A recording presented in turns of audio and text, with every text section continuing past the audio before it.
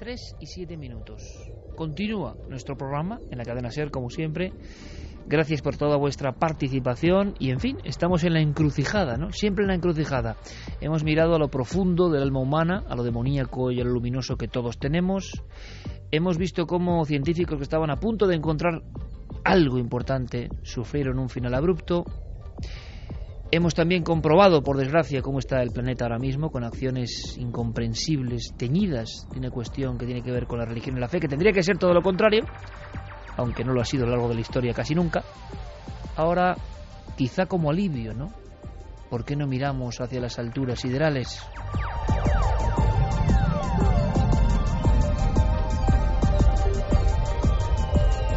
Vamos a hablar de un congreso.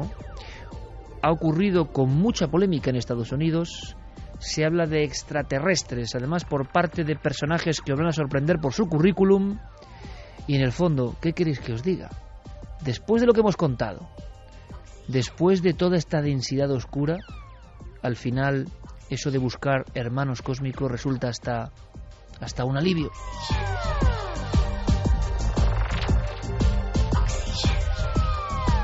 Sí, como diría Michel Jarre, oxígeno que viene de muy lejos. Oxígeno porque incluso personas que manipularon información en Estados Unidos parece que ahora hablan y que dicen, esto es para atarse los machos realmente, las mismas personas que censuraron casos, que los manipularon, que intentaron hacer creer a la opinión pública que los ovnis eran una patraña o un viejo sueño digno de los niños, pues ahora aseguran que los vieron.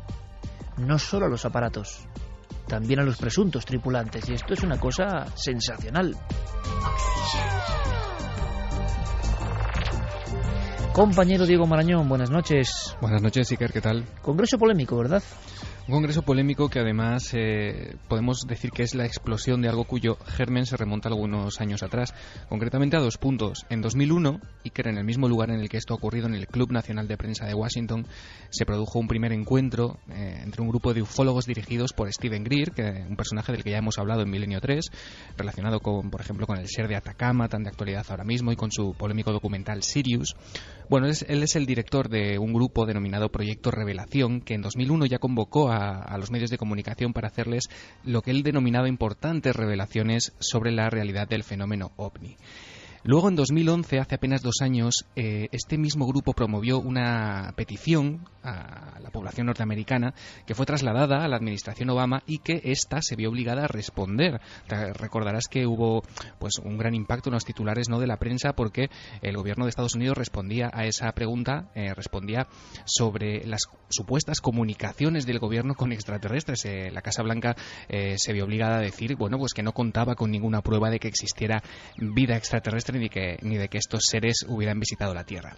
¿Qué ha ocurrido? Que la gente que no se quedó contenta, digamos, con esa explicación, que esperaban algo más, ha vuelto a reunirse ahora, Iker. Ha ocurrido entre los días 29 de abril y 3 de mayo. Han sido varios días, 6 horas al día de ponencias ante un comité, Iker, un comité que seguía los mismos esquemas y imitaba la forma en la que se llevan a cabo las comparecencias ante las comisiones del Congreso de Estados Unidos. Uh-huh. Ante 5 excongresistas y un exsenador del gobierno de Estados Unidos desfilaron 42 testigos y especialistas, entre los cuales, y esto seguramente que te va a sorprender, encontramos nombres muy conocidos en el mundillo OVNI. Allí estaba Edgar Mitchell, el exastronauta. Caramba. Estaba, por ejemplo, Stanton Friedman, el famosísimo físico y ufólogo que lleva un montón de años dedicándose a estas cosas. Estaba el doctor Roger Leir, este médico especializado en supuestos implantes extraterrestres. También estaba Jesse Marcel Jr., el hijo del principal testigo del caso Roswell. El hijo de Jesse Marcel, madre efectivamente, mía. Nick Pope, el ufólogo que trabajó durante más de 20 años para el Ministerio de Defensa de Gran Bretaña. Bueno, una larguísima lista, como te digo, de 42 testigos y especialistas. Bueno, pues yo creo que vamos a disfrutar porque Diego Marañón ha hecho un poco de corresponsal, nos extrae algunas declaraciones que os van a sorprender de verdad y, por supuesto, vías de contacto abiertas, Nave del Misterio y milenio3@cadenaser.com.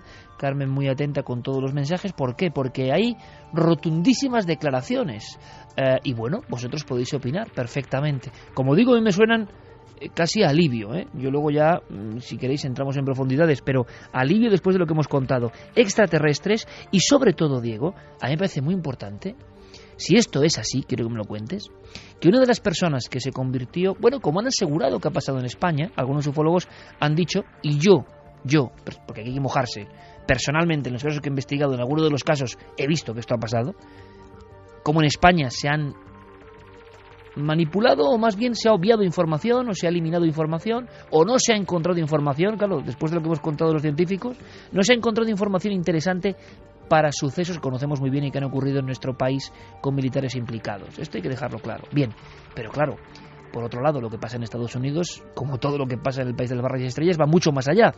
Y es que personas que se encargaban de, maquillar esa información, incluso hacer que el público creyese desde los años 50, 60 que eran fraudes, resulta que dicen, no, es que yo los he visto. Me parece tremendo, es el caso de Richard French. Sí, vamos a escuchar ahora en los próximos minutos varias de las declaraciones más impactantes que han tenido lugar en este congreso, pero quizá una de las que ha calado más la atención en los medios ha sido la de, como dice Richard French, un teniente coronel retirado de la Fuerza Aérea de Estados Unidos, cuya declaración llamó la atención debido a dos causas principales. Y que la primera es su confesión de que por aquel entonces él no era precisamente creyente y que uno de sus objetivos como miembro de las Fuerzas Aéreas de Estados Unidos era desacreditar el fenómeno. Él lo contaba así. Todo el tiempo, durante aquel periodo de 12 años, mi trabajo prioritario como miembro de la Fuerza Aérea fue desacreditar el fenómeno. En otras palabras, me inventaba una serie de explicaciones. Decía, ha sido biogás o gas de los pantanos o cualquier cosa que se me ocurriera para convencer al gran público y mantener el nivel de secretismo.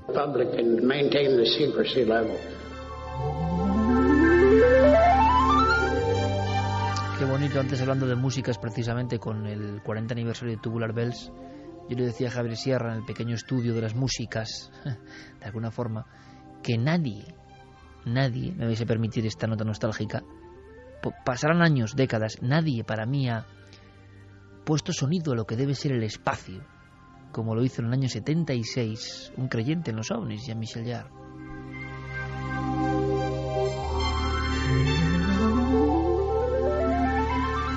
Este corte Oxígeno 1 que nos pone Noel Calero, acompañado pues más de 20 años de radio, parece mentira en mi persona, y para mí es el fondo cósmico, las llanuras interminables, la eterna posibilidad de que haya seres más allá de las estrellas y que estén preguntándose las mismas cosas que nos preguntamos nosotros. Ahora bien, que un responsable de esa forma de comunicación sobre los ovnis, que ha sido tan importante porque hablamos de Estados Unidos, que es el país que ha irradiado la forma de comunicar sobre los ovnis al resto del mundo, imaginemos en España con las bases norteamericanas, ¿no?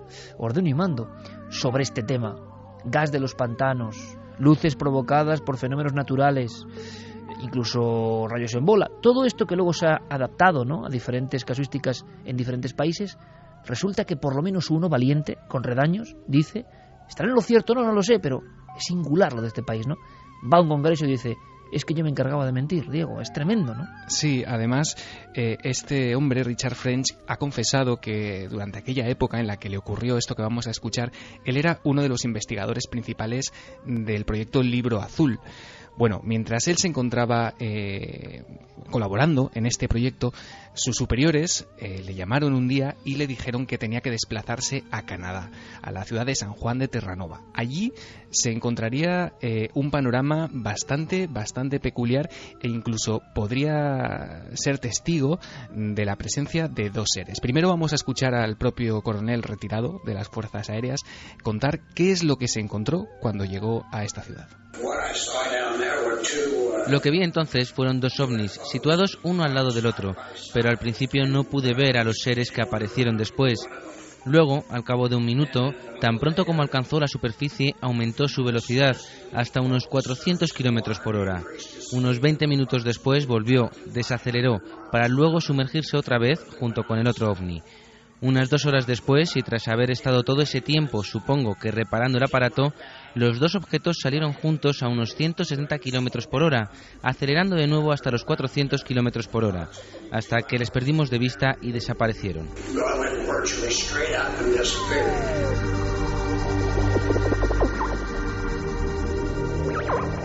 Seguimos en este vuelo cósmico. Es que esta persona, Diego, ha asegurado sin rubor ninguno que pudo ver no solo aparatos, sino seres. Sí, aparatos sumergidos en un lago a unos 20 metros de distancia. Él fue testigo de este espectáculo. Él los describe como naves de unos 5 metros y medio de diámetro que flotaban en aquel momento debajo de la superficie del agua y que, como hemos escuchado en un momento determinado, salieron de la superficie, emergieron y desaparecieron a gran velocidad.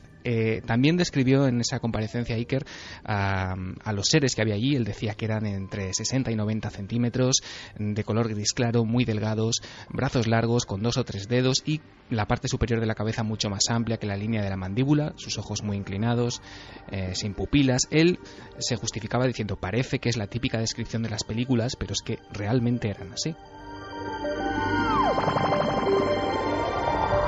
¿Cómo se queda el cuerpo, Pérez Campos, escuchando esto? Pues recuerda muchísimo al caso de Cisco Grove, que es otro de esos clásicos de los que ahora hemos vuelto a tener novedades. Y es sorprendente, ¿no?, que de pronto en este siglo empecemos a tener novedades de esos casos que coparon las portadas de algunos diarios nacionales y que llegaron a España también. Y lo que más me llama la atención también, Iker, es que esta información que nos está dando Diego apenas le hemos prestado atención, pasa completamente desapercibida y quizá el fenómeno ovni está en plena decadencia porque nos hemos habituado a ellos.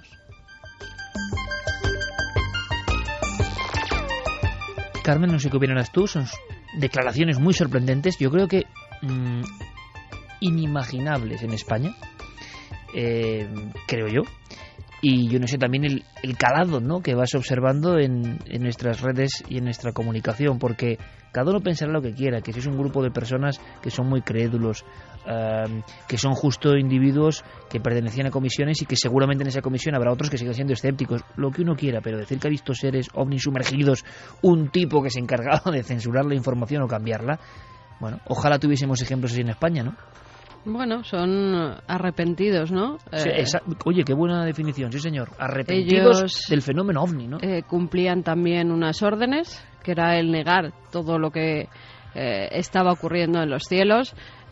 Pues aquí se ha hecho, en España ya sabemos que en algunos casos con objetos volantes no identificados se han dicho que lo que eran chimeneas, o sea que es que también tenemos a esa gente que intentaba hacernos creer que los cielos no se estaba viendo nada, que a pilotos de caza les decía que lo que habían visto pues era el simple reflejo de la luna, por ejemplo.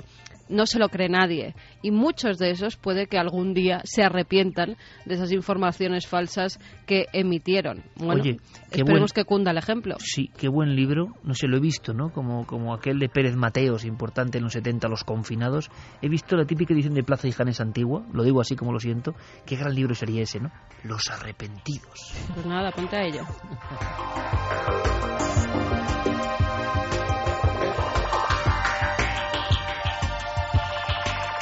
3 y 20 minutos, pero hay muchas más sorpresas. Luego iremos con mensajes, Iker, ¿no? Pasa una cosa, me recordaba a mí, este es en el fenómeno ovni, pero también hemos tenido policías, por ejemplo, que cuando ya no están ejerciendo es cuando deciden hablar.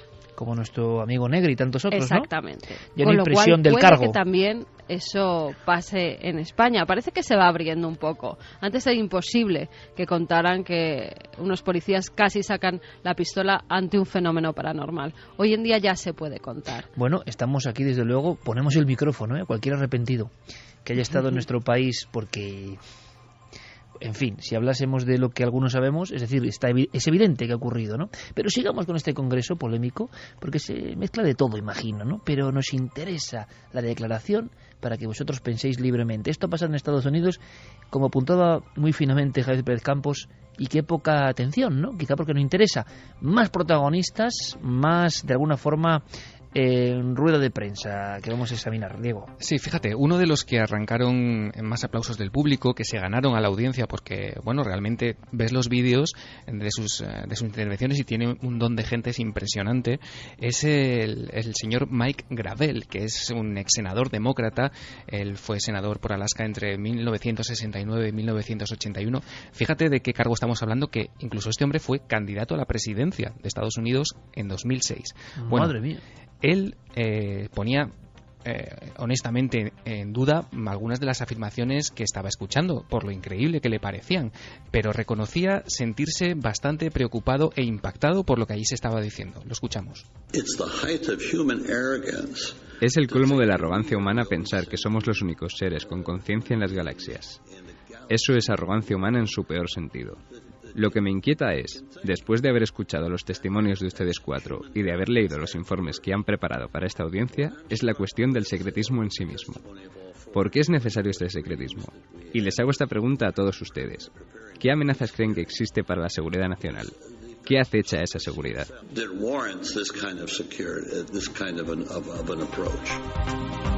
Interesantísimo el debate, el Congreso, muy a la americana. ¿Y qué respondieron, Diego? Bueno, pues uno de los que intentó dar alguna respuesta es ni más ni menos que el ex viceprimer ministro de Canadá y ex ministro de Defensa. Él estuvo sirviendo durante un total de 23 años en el gobierno de ese país, de Canadá. Él se llama Paul Hellyer. Remarcamos, Diego, ministro de Defensa de Canadá. Sí, ex ministro de Defensa y ex viceprimer ministro del país, nada más y nada menos. Así intentaba contestar o por lo menos dejar claro su postura totalmente creyente en la realidad del fenómeno, a preguntas como las que le había hecho hace nada Mike Gravel. Como les he dicho, mi nombre es Paul Hellyer. Soy el exministro canadiense de Defensa. Serví durante 3 legislaturas, durante un total de 23 años y medio, como miembro del Parlamento. Como ministro de Defensa tuve conocimiento de informes de avistamientos OVNI. Y lo que creo es que hoy estamos debatiendo sobre un tema imponente, gigantesco. Y el pueblo de América y todo el mundo tiene el derecho a saber qué está ocurriendo porque forman parte de ello. Los OVNIs son tan reales como los aviones que sobrevuelan nuestras cabezas.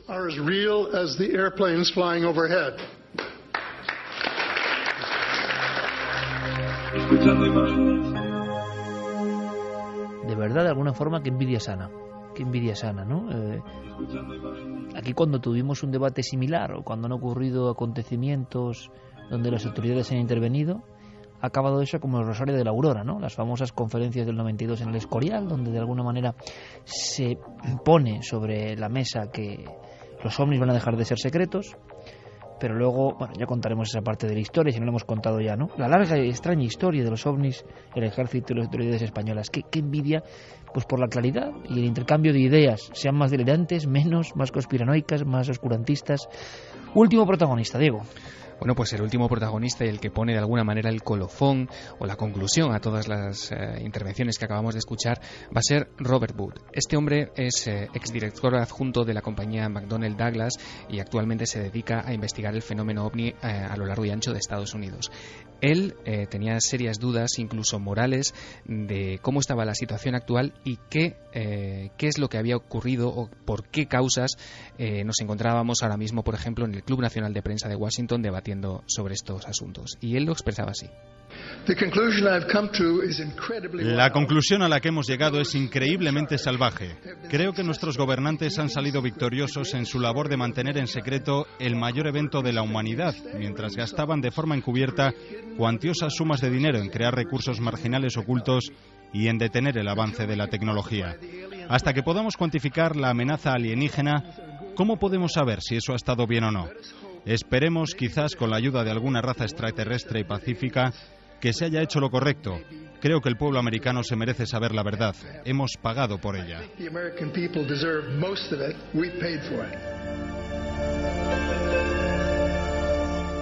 Esto ya es una declaración absolutamente convencida, para algunos quizá en exceso, y observando todas las ponencias, todo el clima, todas las críticas, que imagino que habrán sido muchas, ¿cuál es tu conclusión, Diego? Bueno, pues que estamos ante un momento bastante decisivo, ¿no?, en la historia de los ovnis, por lo menos en Estados Unidos. Como dices, críticas ha habido, sobre todo porque los 5 excongresistas y el exsenador que se prestaron a participar en este evento organizado por Steven Greer lo hicieron cobrando $20,000 por 5 días. Eso ha dado pie a críticas por parte de los escépticos, de los más críticos con el tema OVNI. Y escépticos que hubieran cobrado lo mismo o pedido más, ¿no? Por Como supuesto, acostumbran en este país también. Por supuesto, y lo han hecho, lo sabemos. Pero bueno, me parece un paso bastante valiente, y de esa valentía da fe también el propio eslogan de este encuentro, un eslogan que decía: si el Congreso no hace su trabajo, la gente lo hará. Pues fíjate que a mí me gusta esa actitud, y mira que hemos sido, y soy crítico con muchas tendencias y a veces declaraciones grandilocuentes donde no hay prueba, aunque en estos temas poca prueba puede haber, pero en fin, cuando se pasa no de frenada. Pero me gusta la actitud, ¿no? De decir, si no lo hacen los políticos, lo hacemos nosotros, y al final el mundo va por esa vía. Estaremos muy atentos a todo lo que ocurre. Quédate por ahí, Diego, un abrazo, compañero. Hasta ahora.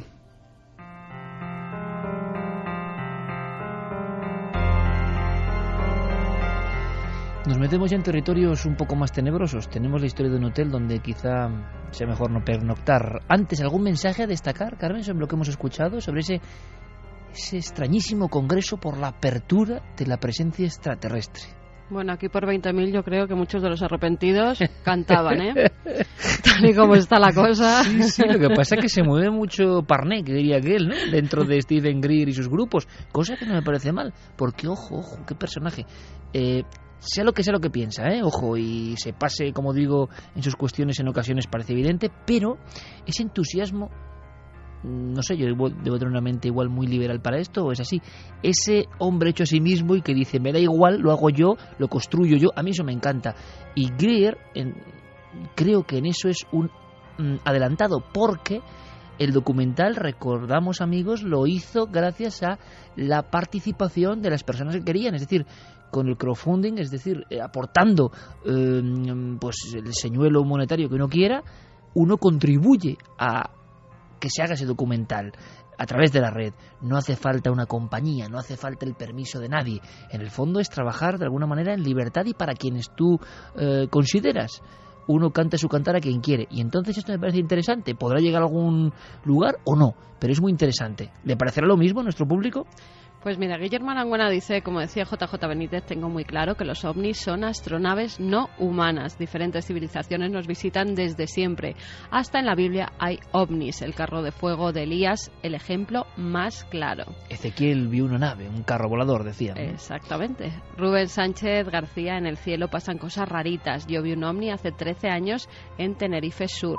Coco Fernández, si ya les ha costado a los expertos aceptar que el cromañón y el neandertal sí pudieron cruzarse, e incluso dicen que podemos tener aún genes neandertales, ¿qué no van a hacer con material, llamemos, extraterrestre? Nancy, ¿y de qué cosas nos enteraremos dentro de 20 años que están pasando ahora y se esconden al público? Es Jorge una buena reflexión. González, que los ovnis existen es irrefutable. Creer que estamos solos es muestra de la vanidad humana. Johnny dice que le recuerda el documental Moon Racing, que denuncia que la NASA ha ocultado información de ovnis en la Luna.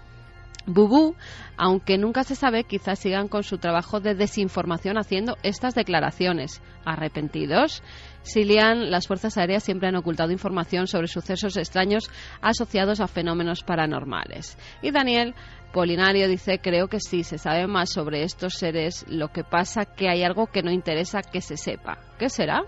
¿Qué será? Eso nos Están muy preguntamos nosotros. conspiranoicos nuestros sí, oyentes, pero como todo en el todos mundo. los casos, porque con los vídeos que han salido sobre ese atentado que se ha producido en Londres, pues hay muchos que se creen que esas imágenes están manipuladas. Jo, ¿ves? Estamos ya en el umbral que no creo que sea bueno para el pueblo, para todos nosotros, sinceramente. Se ha dicho lo de digo. todo, Pero el umbral de que nadie sabe que es verdad y que es mentira es ya muy complicado, Es ya muy complicado, porque sí, es porque cuando puede empezar la manipulación de verdad.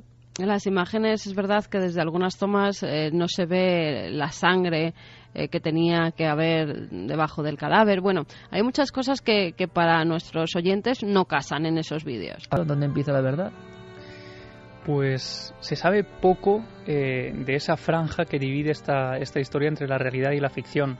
Y nos llega y se convierte de pronto en noticia a pesar de tener más de 50 años, porque Nicolas Cage siempre ha habido de misterio, y una persona que fija su mirada en historias que nos interesan a nosotros, pues lo ha vuelto a hacer. Ha fijado en este caso su atención en un caso mítico que ocurre en Estados Unidos, en la zona de Pensilvania, en la localidad de Williamsport, y que es desde luego, de ser cierto, uno de los grandes enigmas de esos misterios norteamericanos. O sea, que tú también tienes tus dudas, ¿no? Sí, yo tengo mis dudas y muchísima gente tiene sus propias dudas, y ahora vamos a ir contando por qué. Me parece interesante porque no es que digamos que esto sea real o no, sino que está en el umbral. Hay personas en la red, y incluso policías, que dicen que esto es verdad, y otros que están ahí diciendo que esto es una especie de manipulación. Vamos a ver qué opináis. Para algunos es, de hecho, una forma de marketing viral extremo, y ahora comentaremos por qué.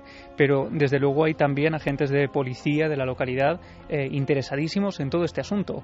La historia Iker empieza en el año 53. El 8 de mayo de 1953 se abre en esa localidad, en Williamsport, uno de los hoteles más lujosos de la época. Se lo bautizan como el Gran Hotel, y en la noche de apertura, en la noche en la que permiten el acceso a varios vecinos de localidades cercanas para hacer una gran fiesta de apertura, lo hacen a través de unas invitaciones. Es una fiesta privada, se permite el acceso a 32 personas, entre la gente que está allí trabajando y los huéspedes que van a pernoctar en esa primera noche de apertura del Gran Hotel. Y bueno, todo pasa con absoluta normalidad, con absoluta tranquilidad, con la calma de una fiesta a las afueras de Williamsport. Lo que ocurre es que a la mañana siguiente, cuando empiezan a llegar algunos medios de comunicación, nuevos huéspedes que quieren alojarse en el hotel una vez que ya se ha abierto oficialmente, al llegar a la recepción descubren que no hay absolutamente nadie. Empiezan a circular por algunas de las habitaciones, a llamar a las puertas, incluso algunos familiares de las personas que pernoctaban allí aquella noche, y descubren que no hay absolutamente nadie. El hotel está completamente vacío.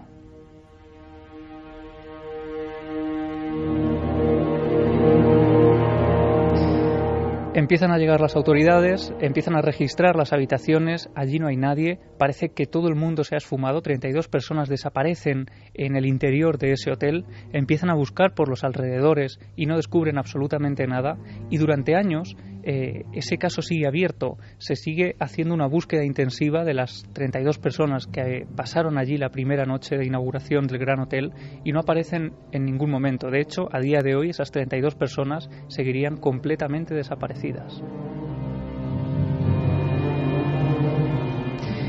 Como decíamos, hay personas, hay autoridades que están investigando el tema todavía hoy. Por supuesto, desde el día siguiente a la inauguración es una especie de lugar maldito, ¿no? Porque automáticamente se precinta, se cierra, no se permite que nadie vuelva a entrar a ese hotel porque no se saben las causas de esas desapariciones. ¿Tuvo solo un día de actividad? Solo un día, solo duró un día. Esa apertura, por supuesto, apareció en algunos medios locales y, como decía, hay algunas autoridades, James McCarthy en este caso, un policía de Williamsport que todavía hoy sigue investigando el caso. Si quieres, vamos a escuchar lo que cuenta de esa primera desaparición. En ese momento desaparecieron 32 personas. Nunca se les ha vuelto a ver. Desde entonces la leyenda se conoce como la del Hotel 32. Lo que ocurrió es inexplicable, el paradero sigue siendo desconocido y el caso por las personas desaparecidas sigue abierto.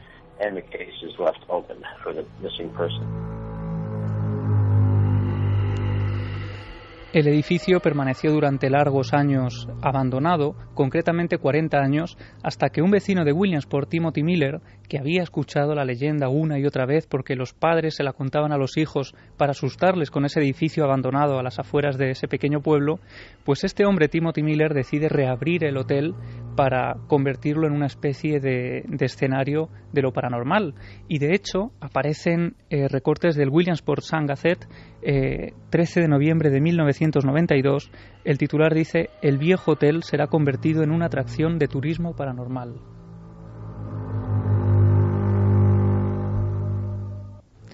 Una vez más, el edificio es rehabilitado, se conserva la estructura, pero se amuebla en el interior, se colocan televisores, se vuelve a hacer una especie de sitio adecuando el lujo al momento de la época, pero jugando también con la leyenda negra que arrastraba el lugar. Y desde luego la atracción de feria es un completo éxito porque la primera noche, de nuevo en la gran apertura, la segunda apertura del hotel, 40 años después, se llena por completo, se ocupan todas las habitaciones por gente ávida de vivir una noche de misterio y lo que ocurre, Iker, es que de nuevo, a la mañana siguiente, después de la primera noche, desaparece una de las personas que habían dormido allí, se esfuma en el interior del hotel y no vuelve a aparecer. Él estaba entrevistando a uno de los sospechosos en relación a esta desaparición misteriosa. Durante el vídeo que tenemos, todo transcurre en la sala de entrevistas, que está completamente a oscuras, algo muy inusual, sobre todo porque la conversación se estaba grabando para después volver a ser escuchada por partes y poder así tener alguna idea. Y por alguna razón inesperada, el vídeo se pone en negro. Y cuando regresa la imagen, el miembro de policía acaba de fallecer. No sabemos qué pudo pasar en los momentos previos a que esto ocurriera. Se apagan y en ese momento en que se apagan, el investigador Richard Kaminsky cae desplomado en el suelo y fallece instantáneamente.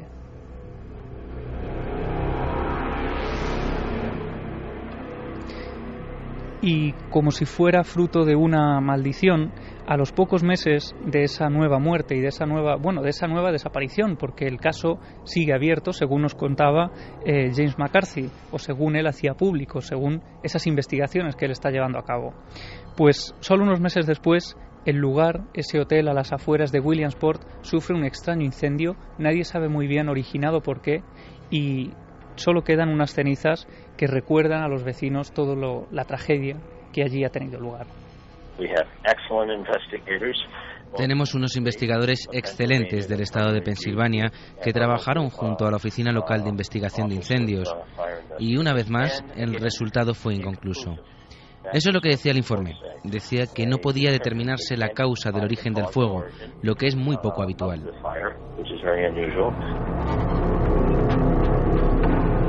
3:41, nunca había escuchado esta historia. ¿Queda alguna declaración más, algún documento más para cerrar un caso que luego veremos, imagino que tiene diferentes caras y posibilidades, ¿no? Sí, es que James McCarthy, este miembro de las autoridades, se ha dedicado a investigar el tema a fondo y según él cuenta, existen esos documentos, existen esas grabaciones que no pueden hacerse públicas, pero que se encontraron en una mudanza a un nuevo edificio de policía, una nueva comisaría, y él nos cuenta que en ese periodo, antes del incendio y después de la segunda desaparición, hubo también un hecho luctuoso que de alguna forma preocupó a la localidad de Williamsport. Estaban jugando en el hotel y haciendo gamberradas, rompiendo ventanas. Cuando volvieron no había pasado ni una semana cuando los dos chicos murieron en un accidente de barco. Así que la mayoría de la gente dijo que el Hotel 32 estaba detrás de todo aquello.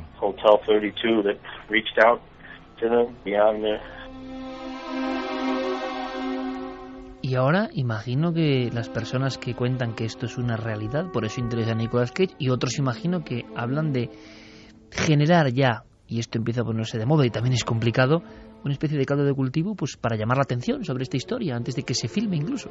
Sí, se han barajado varias teorías, desde que las 32 personas que acudieron al hotel la primera noche pudieran formar parte de un grupo sectario que intentaban desaparecer del lugar y la mejor forma era creando esa leyenda negra de un edificio. Otra de las teorías es que podría ser un grupo de 32 comunistas que en plena Guerra Fría querían huir de Estados Unidos y la mejor forma de evitar que les persiguieran era crear ese halo de misterio y de esa desaparición. Demasiado buena historia parece, ¿no? Menuda imaginación.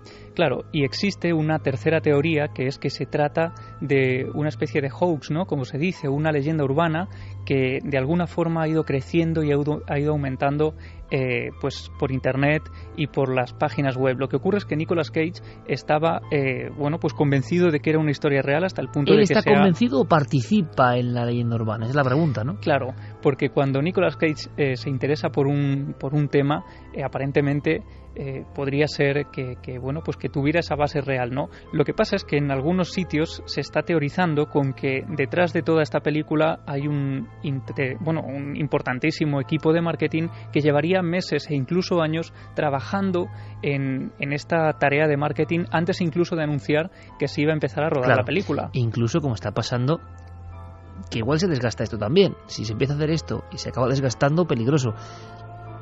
Biografías falsas, páginas de Wikipedia falsas, información simulando hemeroteca falso, para que uno vaya a investigar y diga, hombre, es verdad. y resulta que no es verdad, sino que es una campaña montada, y esto es lo interesante, por equipos que generan una realidad. Porque claro, que desaparezcan 32 personas en un hotel y no se sepa nada, claro, y lo sería que ocurre un caso además único en la historia, ¿no? es que en Williamsport les suena un poco la historia, recuerdan que era algo que sus abuelos les contaban, pero claro, ha transcurrido relativamente poco tiempo, esto fue en el año 93, la última desaparición, y apenas se sabe mucho más. Así que hay teorías incluso como que se está intentando engañar a los propios miembros de la policía de Williamsport, incluyendo esas películas falsas en algunas cajas de mudanza. Se está diciendo que hay personas que, como por ejemplo este agente de policía al que escuchábamos, a James McCarthy, que podrían ser actores, Claro. aunque en este caso es cierto que James McCarthy aparece en otras noticias de la localidad de Williamsport. Y además, claro, entonces, ¿qué pasa? Al final acaba siendo un laberinto que le gusta mucho a Nicolas Cage, ¿eh? Recordemos La sombra del vampiro y cómo él traza con elementos reales, absolutamente reales, y ficción, la historia de ese rodaje de Nosferatu, donde Dafoe hace de Shrek, realmente el protagonista de la película de 1921 de Murnau, y que se creyó, fue una leyenda urbana de los años 20, que era un vampiro de verdad, como Nicolas Cage tira de un lado y de otro del ocultismo, y al final nadie sabe qué ocurre, ¿no? Puede ser una historia similar. Sí, porque lo que les llama la atención además es que, siendo un caso en el que han desaparecido 32 personas en 1953 y luego otra persona más, en total 33 desaparecidos sin dejar rastro, nadie hubiera centrado su atención en esta historia antes, y sea ahora cuando empiezan a aparecer recortes de prensa como el del Williamsport Sun-Gazette, que es un periódico que realmente existe, pero que muestra ahora fotografías incluso de ese policía muerto en extrañas circunstancias. Así que, sospechoso. claro, algunos están diciendo que esto podría ser parte de esa gran creación de un mito en torno quizá a una leyenda urbana real. Esa que me ha recordado en La Pinta, no sé, en La Pinta, esa historia como la de Rudolf Fentz, ¿no? El hombre que, embozado en una capa negra y una ropa propia de otro tiempo y demasiado opaca, ¿no?, para el verano de Nueva York, es atropellado, y en su tarjeta van descubriendo que es casi un viajero en el tiempo, que ha desaparecido muchos años atrás, ¿no? Y que al final se supo, con grandes investigadores como Chris Aubeck en este caso, que todo esto provenía de una antiquísima tradición literaria, una especie de cuento transformado de remotísimas revistas del norte de Europa. Es decir, hay que tener cuidado con todo esto. Realmente son historias apasionantes. ¿Nicolas Cage creía de verdad en esta historia o no? ¿Habrá algo de verdad? Bueno, seguiremos informando. Si tenéis información vosotros, por supuesto, aquí la guardamos pacientemente. Y Carmen luego además nos dará los ganadores, ojo, de ese concurso que ha sido récord del libro de Inferno. Vamos a hacer una cosa, que además me ha traído recuerdos muy raros esta historia que nos trae Diego Marañón. Atentos todos, porque Carmen, Javi, os voy a preguntar si algún programa en la niñez os marcó profundamente y os dejó eso, raras sensaciones. Lo que trae Diego es, nunca mejor dicho, sensacional.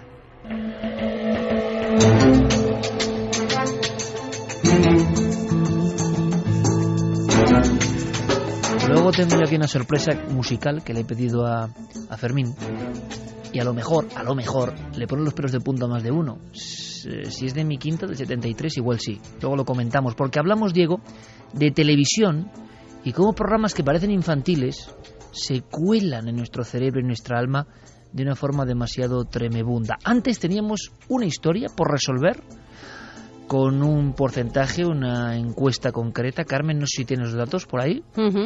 Encuesta de la historia anterior. Sí, la historia bronceado en su punto, como sí. Nos comentaba. Disolverse Diego. las entrañas a base de rayos uva. Sí, por darse tantos, por ir a una boda, ¿no? Por Sí. estar tan guapa, pues al final se murió. Sí. Verdadero, 44,6%. Falso, 55,4%. ¿Qué dijo Don El Calero? No, No, Calero no dijo nada, ¿no? Falso. ¿Diego? No, el Calero ha acertado. ¡Ha acertado! Resuenen las campanas. Sube la música, Noel. Sube la música. Haciendo el símbolo de la victoria, porque era preocupante. Bueno, ya van 3. En internet incluso se ha difundido, ¿no?, que Noel ya es una especie de mito. Y gente que cree que no existe, repito. Y claro, 3 de 38 ya, o 3 de 39, pues no está mal. No Va está bien, va mal. Va a la estadística. Menos mal que es falso, porque es una historia terrorífica. Sí, ¿no? que nadie se preocupe, es una historia... Poco gore. Sí, es una leyenda urbana, Iker, que sí, la verdad es que, hombre, recuerda, si lo llevas a otro nivel, a esta famosa historia del huevo que acaba cocido si lo pones entre dos teléfonos móviles. Bueno, más o menos es un... Eso nunca lo había oído, qué terrorífico también. Sí, bueno, pues es como te digo, es una leyenda urbana antiquísima. Todo el mundo sabe que, bueno, a la larga, con los años, la exposición a los rayos UVA y a cualquier tipo de rayos, ¿no?, que vengan del sol, pues puede producir algún tipo de cáncer, quemaduras superficiales, pero lo cierto es que en ningún momento, Iker, una sobreexposición... El efecto Prestes no. Sí, no puede provocar la cocción de nuestros órganos internos, así que tranquilidad en ese sentido. Menos mal, pero es que lo que viene a continuación, pido toda la atención del mundo, es que ha removido en mí algo, sí, un par de escenas que luego cuento. Es una historia de un programa de los años 70, no podía ser de otra forma, ¿no?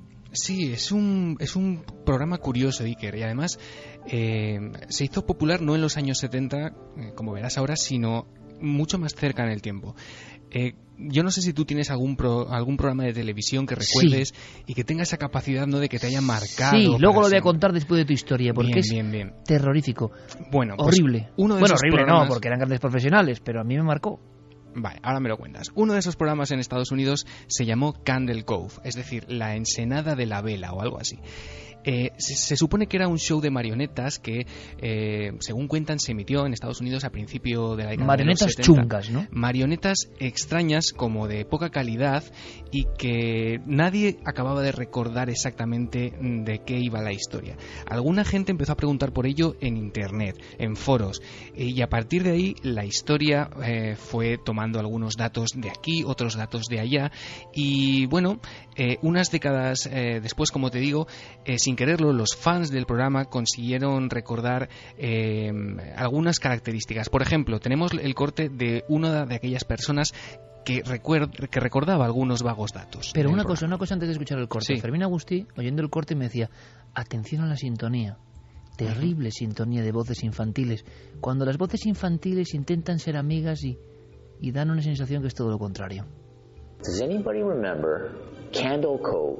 ¿Alguien tiene algún recuerdo de Candle Cove, un programa infantil?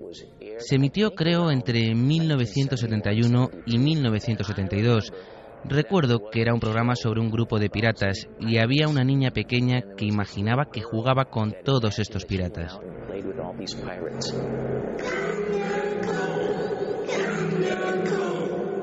Recuerdo que había un personaje realmente terrorífico, una especie de esqueleto, una marioneta a la que llamaban el señor Arrancapiel. ¿Por qué permitían emitir un programa como este para niños a las 4 de la tarde? Candle Cove, el señor Arrancapiel. Lo curioso, Iker, es que cuando uno de estas personas que comentaban el programa en internet le preguntó a su madre, oye, tú, mamá, que tienes muy buena memoria, a ver si te acuerdas de algo que yo veía de pequeño, que iba sobre piratas y había una niña con marionetas, su madre le decía, sí, claro que lo recuerdo.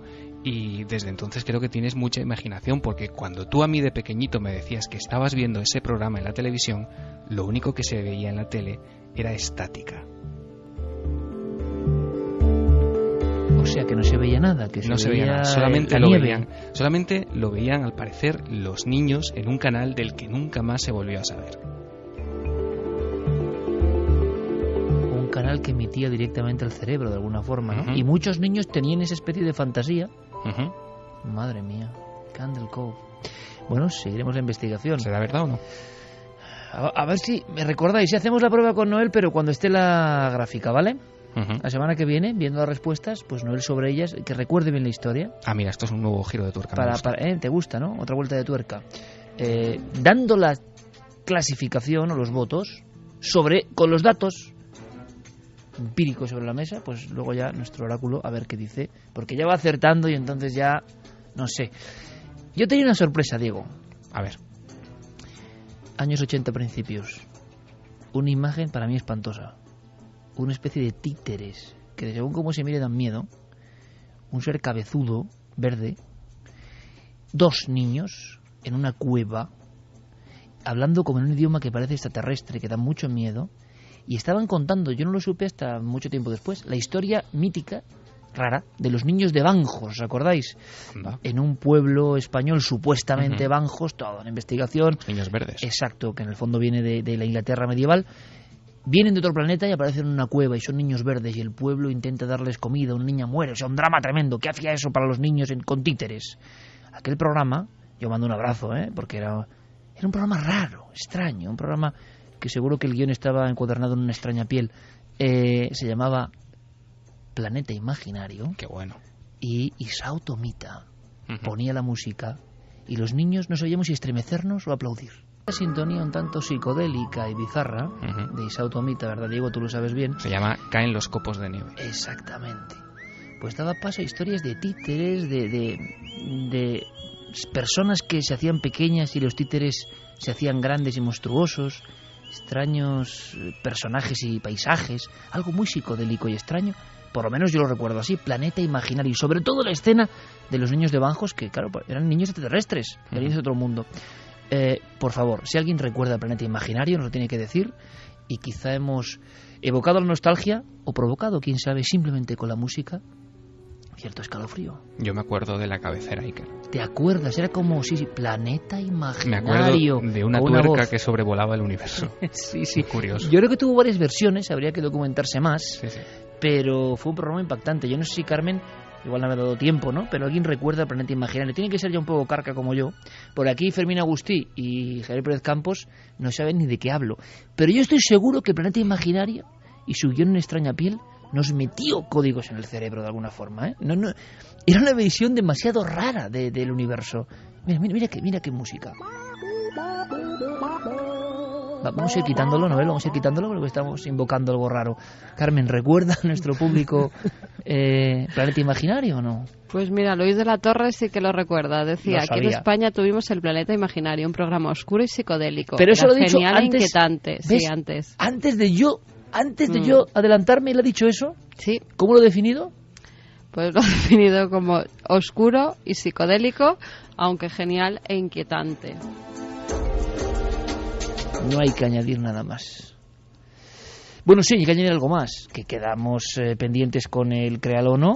¿Es posible esa emisión solo para niños, que solo veían los niños? Diego, compañero, gracias por el trabajo, un fuerte abrazo. Hasta la semana que viene, Iker, un abrazo. Carmen. Pues la bola de cristal.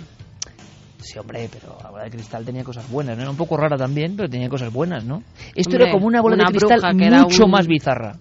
Una bruja un tanto extraña y psicodélica también, y que decía cosas raras, y a ver, salía muñecos. Hazme caso, nada que ver. O sea, tú no has visto Planeta Imaginario, ¿verdad? Yo no, ya, por eso mi mente no está como la tuya. Por eso, tú te salvaste. No, yo sé que no es lo mismo. ¿Tú, Javi? Pues a ese nivel no, yo recuerdo algunas que estaban hechas adrede para traumatizar a los niños, como la serie de Pesadillas. Era una serie en la que cada vez le pasaba algo terrible a un grupo de niños, y había una que un niño se compraba una máscara de Halloween, se la ponía un día, no pasaba nada, pero al segundo día no podía despegársela de la cara y empezaban a salir gusanos de las cuencas de los ojos.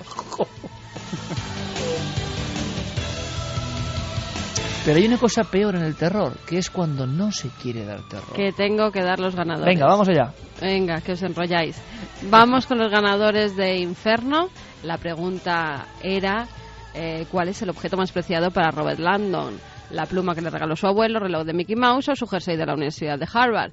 Pues es el reloj de Mickey Mouse, como todos los seguidores de Dan Brown sabrán. Nos los decía ganadores, Fermín que había casi 3.000 ganadores. 2.813 en concreto. Madre mía. Ganadores: María Teresa Pino Montes de Barcelona, David Esquinas Sánchez de Laurín el Grande en Málaga. Acertantes. Y Jaime Sanz Ordóñez de Coslada en Madrid. Esos son los ganadores de ese libro de Inferno. Venga, vamos con último minuto de mensajes.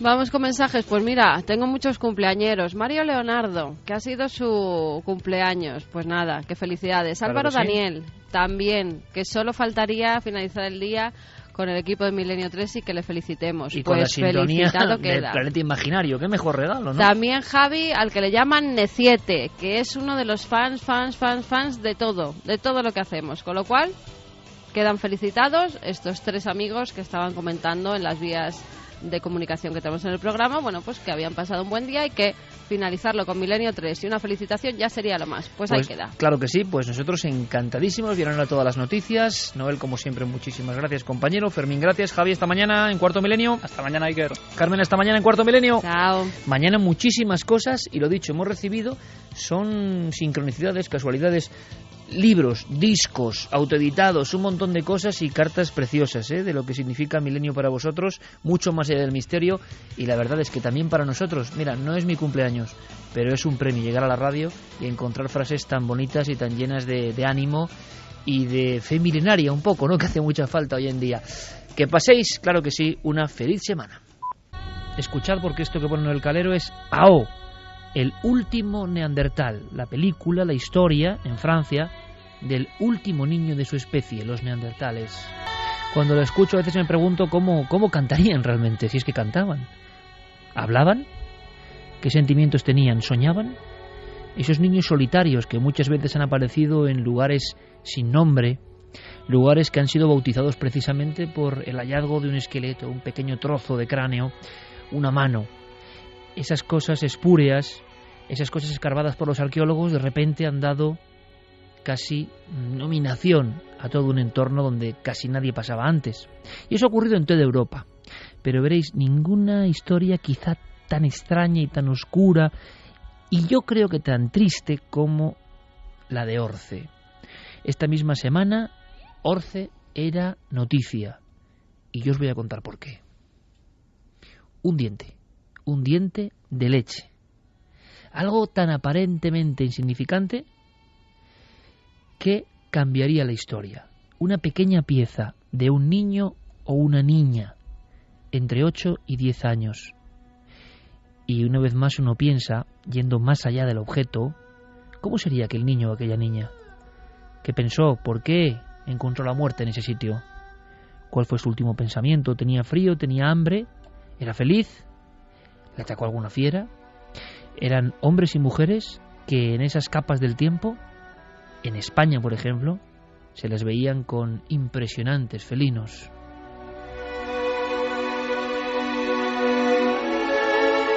Y veréis, hay una vieja historia que os voy a contar para explicar lo que ha pasado esta misma semana. ¿Por qué ese diente de un niño o una niña que ha sido catalogado con una fecha asombrosa? Y aparte que parece que no caben dudas. Pero antes de eso, antes de esta historia que ha pasado hace unos días, vayamos a un día soleado de 1982. Hay un hombre que da clase de ciencias en varios institutos, paleontólogo vocacional absolutamente, apasionado, José Gibert. Un hombre que pasó también a formar parte de una extraña polémica. En 1976 él descubre un lugar prácticamente abrasado por el eterno sol de Granada, la Venta Micena. Y allí, investigando, pasando muchas horas, sin ayuda de nada ni de nadie, ese arqueólogo, a caballo en un principio entre la pura afición y la profesión, ese hombre que nada más salir de clase se marchaba directamente a ver si encontraba extraños restos. Hubo un día, como digo, por el mediodía, que en 1982, en plena canícula, encuentra un pequeño trozo parecido a una galleta de hueso. Esa galleta de hueso, en verdad, era una fontanela. La zona circular del cráneo, todavía casi medio formado, de un niño de unos 4 o 5 años. De inmediato, después de analizarla con investigadores como el doctor Campillo, una eminencia en el estudio craneal de los niños, supieron que aquello tenía que ser la cabeza de un niño, lo que quedaba de la cabeza de un niño. Le llamaron el cráneo infantil de Orce. El asombro vino porque en la misma capa, en la misma zona, casi en la misma viñeta de la historia, y yo me lo imaginé así un día aquí en Milenio 3 de forma muy romántica, había como vigilando al niño. Quizá no fuese enemigo, sino amigo, nadie lo sabe muy bien, pero muy cerca de ese resto de un niño, que era el niño más antiguo de Europa, se encontraba la impresionante efigie en perfil de un esmilodón, de un tigre con dientes de sable, que fue el rey de las criaturas de la Granada de hace cientos de miles de años. Con ese tipo de envergaduras, con ese tipo de potencias, con ese tipo de animales prodigiosos, casi míticos, se las veían los andaluces mucho antes de que esto se llamase España. Era la vida cotidiana y terrible. Ese niño apareció, ese trozo de niño, de alguna forma cerca del gigantesco esmilodón. Cuando se analiza, el dato deja absolutamente estupefacta a la audiencia. ese cráneo tiene entre 1,3 y 1,4 millones de años. Es decir, retrasa al doble lo que conocíamos del ser humano en la península ibérica. ¿Qué ocurrió? Cuando se lavó por parte del doctor Campillo y el doctor Guibert ese cráneo, aparecieron unas extrañas formaciones, eran unas crestas. Y una experta venida de fuera, y esta historia nos suena mucho, una experta venida de fuera fue la primera que dijo, parece que sin demostrarlo, que aquel cráneo en verdad era el trozo de la cabeza de un asno. De inmediato, porque en este país somos así, y esto también me suena, toda la prensa habló de el asno de Orce, el burro de Orce, el niño, el primer niño de Europa era realmente un burro, era lo de siempre, la broma, la jarana, somos unos falsificadores. Y por desgracia, imaginaos el impacto para ese hombre, José Guibert, para el doctor Campillo, que había asegurado que no tenía ninguna duda. Aquello no era el cráneo de ningún animal, aquello era un trozo de fontanela con unas crestas, como él había examinado a cientos en años de pediatría y de análisis de huesos. Era un niño, pero parece que a nadie le interesaba que en Granada hubiese un niño que diese la vuelta a la historia.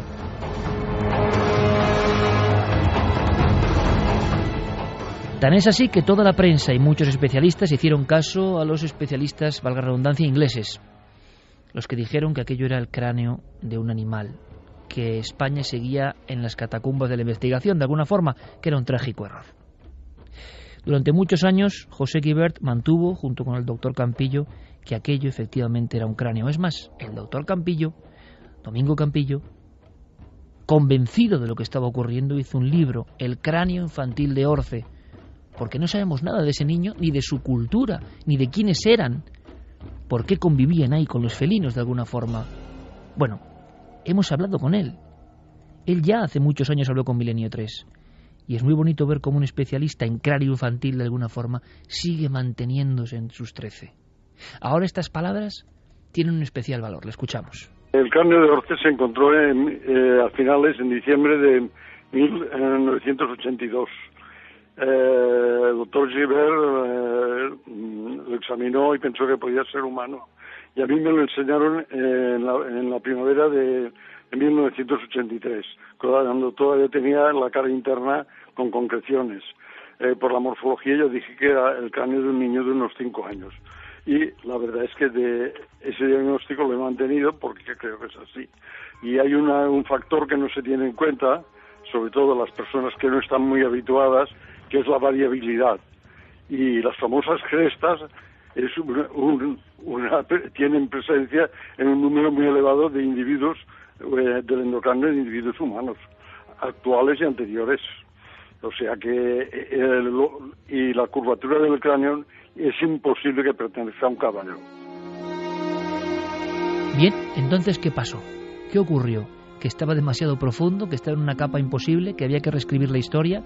Así, unos creyeron en el cráneo de Orce y aparecen enciclopedias, como digo, como el primer humano, niño humano, solitario niño humano, perdido en la Venta Micena, antes que cualquier otro, el primero de alguna forma de nuestros parientes más lejanos. Y sin embargo, muchos otros, mayoría hay que decirlo, catalogan esta misma pieza, esta fontanela, como asno, error, fraude. Se descubre de alguna forma a Atapuerca los increíbles hallazgos indudables que son la mitad de antiguos, de alguna forma los más importantes que lo de Venta Micena. Pasa el tiempo. El profesor Guibert muere. Lo último que hace es un libro para niños. ¿Quiere ser paleontólogo? Que alguien haga un libro así, como libro póstumo, dice mucho.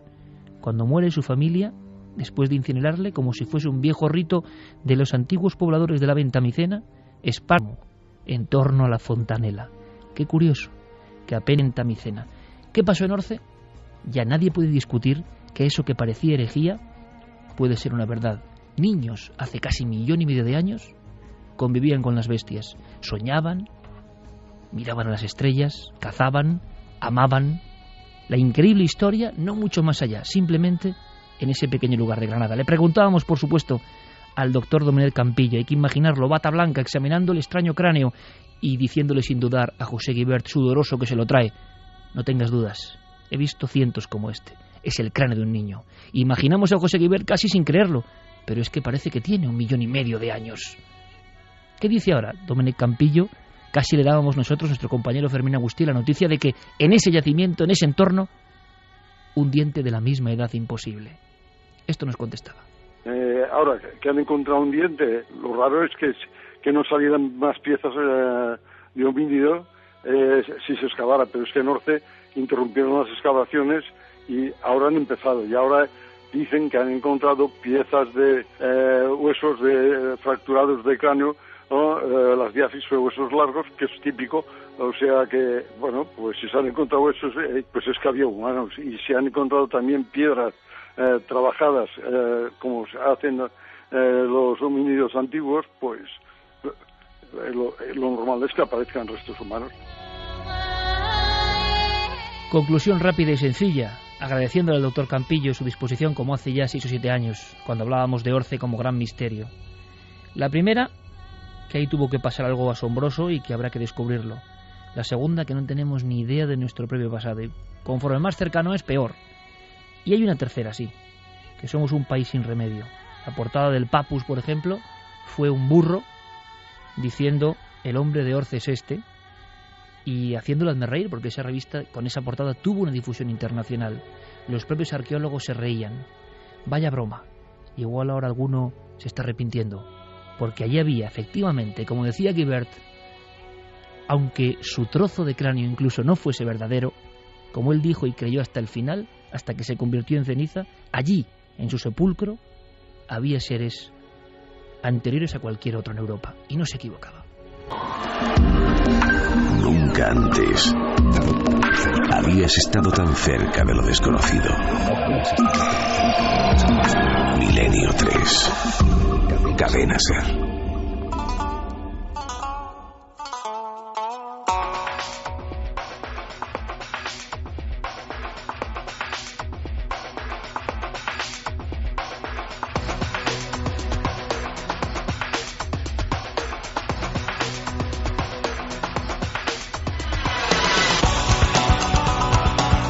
Vamos con mensajes de nuestros oyentes. Clarence dice: hay tantísimo genio y descubridor ninguneado que realmente nos estamos perdiendo muchísimo a favor de unos pocos aprovechados. Cancela: me parece increíble que se pueda confundir el cráneo de un burro con el de un homínido. ¿Es que se parecen en algo? Esther García: ¿qué le pasaría por la mente a esos niños primitivos que morían solos en las cuevas? Tiene que ser muy duro. Sara dice: eso lo estudié el año pasado. La profesora de la facultad decía que no era real, solo un trozo de hueso de caballo. Mira, nos escribía Luis Miguel, iba escuchando la noticia de ese hoyo en Estados Unidos y que el chico que había fallecido al producirse un hoyo sobre su cama, que lo ha engullido, provocado con casi toda seguridad su muerte. Vosotros tomáis esto como algo digno de novela de terror. Bien, pues quizá esto no sea tan irreal como parece, ya que a mí estuvo a punto de pasarme. Fue ya hace muchos años. Al levantarme, mi madre acudió a mí entre lágrimas, levantándome a toda prisa. Durante el transcurso de la noche y sin darnos cuenta, a solo 2 metros de mi casa se había producido una abertura de unos 3 metros de circunferencia. No perfecta, pero sí bastante marcada. En definitiva, estuve solo a unos metros de ser víctima del mismo suceso, ya que mi habitación colindaba justamente con la pared de la casa en donde se produjo ese suceso. Fue en Hoyo de Belmez. El sitio se llama Hoyo de Belmez. Hoyo de Belmez. Bueno, dice que es un un pueblo también de gran tradición minera. Bueno, claro que igual hay mucho surco por dentro, ¿no? Pero desde luego nos gusta mucho esta información, que además nos da paso, luego seguiremos con más mensajes. Es evidente, Noel, cambiamos el tercio musical porque vamos a hablar de esta última hora. Ocurría en California, en un lugar concreto, Javi. Sí, ocurría en Florida, en el... Florida, perdón, me he equivocado yo. Para resumir un poco la noticia, los titulares de prensa decían: un hombre fue tragado por el suelo de su habitación mientras dormía. Se lo tragó la tierra, literalmente. Se escucharon fuertes ruidos, gritos, y luego se abrió un agujero de 6 metros de profundidad en el que cayó. Todavía no pudieron dar con su paradero. Escuchamos algunos documentos antes de saber la última hora. ¿Te parece, Javi? Sí, vamos a escuchar a Jeremy Bash, que es el hermano de esta persona que aún sigue sin haberse encontrado. En paradero desconocido ahora mismo, en algún punto en las del entrañas subsuelo. de la tierra, porque además ese hoyo va haciéndose cada vez más y más profundo. Se habló de un hoyo de 6 metros de profundidad. Ahora se habla de 10 metros y va aumentando poco a poco. Bueno, y si fuesen esas distancias, claro, hay que ver el golpe, pero si fuesen esas distancias, aún podemos pensar en alguien con vida y alguien que podrá ser fácilmente rescatado. Claro, si eso sigue hacia abajo... todo encima y toda la tierra que hay, no es que se caiga a plomo, es que encima se le caen se han caído cosas encima. Claro, se han caído los armarios y los muebles de la habitación, y no solo eso, sino que es increíble. No podían entrar a la casa y por eso quieren tirarla abajo, porque el suelo de alrededor está inestable y en el momento en el que alguien pone un pie encima, la tierra se viene abajo también. De hecho, han tenido que desalojar a los vecinos de la zona. Si quieres, vamos a escuchar primero a su hermano hablando de ese momento en el que él se despierta en mitad de la noche, a eso de las 11 de la noche, escuchando los gritos desgarradores de su hermano desde lo más profundo de la tierra. Lo escuché gritar a mi hermano. Eché a correr y todo lo que vi fue un gran agujero. Allí solo quedaba el cabecero de su cama y no había nada más. Así que me tiré al agujero e intenté sacarlo, pero no pude. Solo lo escuchaba gritar desde el fondo del agujero para que lo ayudara, pero no pude hacer nada. Bueno, son momentos de un dramatismo tremendo. Acaba de pasar, está ocurriendo ahora mismo. Y hablábamos de ficción porque esto recuerda, por ejemplo, a los típicos casos forteanos antiguos. Hay uno que a mí, por ejemplo, en la juventud me da un miedo, en la infancia casi, en el libro Desapariciones misteriosas de Pierre Gaston, el caso de Oliver Larch, aquel niño que iba al pozo y que no había nada. En este caso el agujero había sido a la inversa, como hacia el cielo, y su padre escuchaba los alaridos de Oliver elevándose, South Bend, Indiana, Nochebuena de 1890. Entonces toda la familia sale. Oliver ha ido por agua al pozo, sí. Están las huellas frescas en la nieve y de pronto lo que ven es que 1890, lo que ven es que la voz de su hijo se va elevando en los aires, totalmente encapotados en esa zona con mucha nieve y no lo vuelven a ver. Se especuló con una gran ave, pero no había un ave para subir a Oliver de 14 años con esa facilidad y que no la viesen, porque fue salir, escuchar los alaridos, la familia fuera, imaginaos la escena, y Oliver ya es un recuerdo. Nunca apareció. La investigación duró unos 70 años abierta. Nunca apareció Oliver Larch. Sigue siendo uno de esos borrados, ¿no?, de la faz de la Tierra. En este caso, desde luego, hay menos misterio en el sentido de que hay un problema, ¿no?, en la Tierra. Pero hemos hablado de estos extraños hoyos.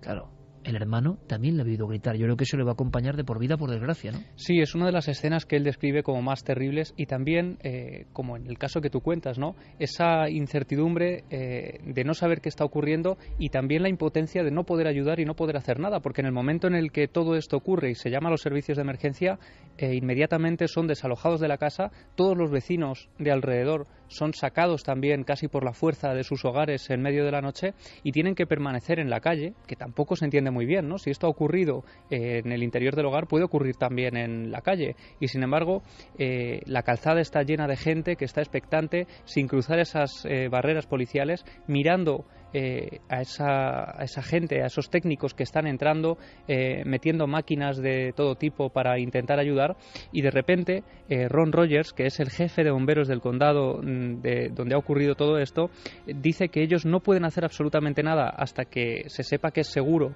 meter equipos en la casa, porque no pueden correr ese riesgo, y mientras tanto, dice palabras textuales, tenemos que estar paralizados y no podemos hacer mucho más que sentarnos a esperar. Es una situación muy difícil. Bueno, es que esto es terrible. Escuchamos ahora al jefe de bomberos y ahora recordamos algo muy similar.